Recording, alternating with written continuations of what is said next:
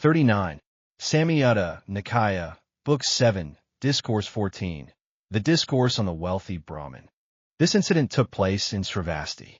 At that time, a wealthy Brahmin in tattered clothes came to the Blessed One.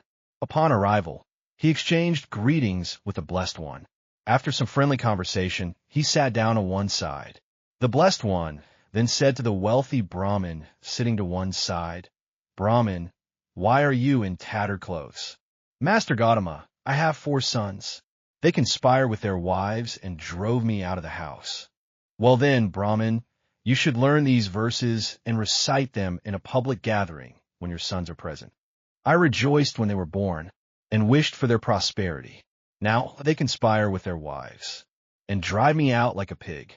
These unfilial sons, who call me father, father, are like demons disguised as sons, abandoning me in my old age, like an old horse deemed useless, deprived of its feed.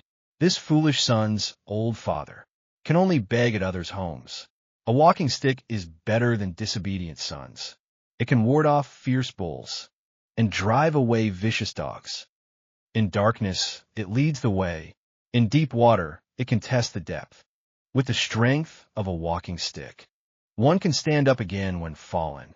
So, the wealthy Brahmin learned these verses from the Blessed One and then recited them in a public gathering when his sons were present. The verses are repeated here. Afterwards, the sons brought the wealthy Brahmin back home, bathed him, and each gave him a new set of clothes. Then, the wealthy Brahmin took one set of clothes and went to the Blessed One. Upon arrival, he exchanged greetings with the Blessed One. After some friendly conversation, he sat down on one side. The wealthy Brahmin, sitting to one side, said to the Blessed One, "Master Gautama, we Brahmins customarily seek a teacher's fee for our teacher. Please accept this teacher's fee." The Blessed One accepted out of compassion.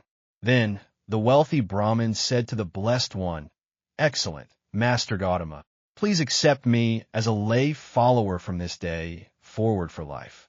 This story contains profound life philosophy and social observations. It tells of a once wealthy Brahmin who was driven out by his own sons.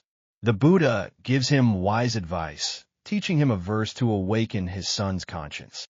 The verse powerfully describes the changing relationship between parents and children, from parents' love and expectations for their children to the children's ingratitude, from being respected as father to being driven out like a pig, from being a provider to becoming a beggar.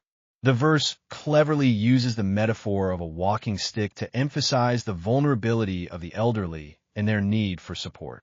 The Buddha's advice is not to directly condemn or punish the unfilial sons, but to awaken their conscience and society's moral judgment through public recitation of this emotional and wise verse.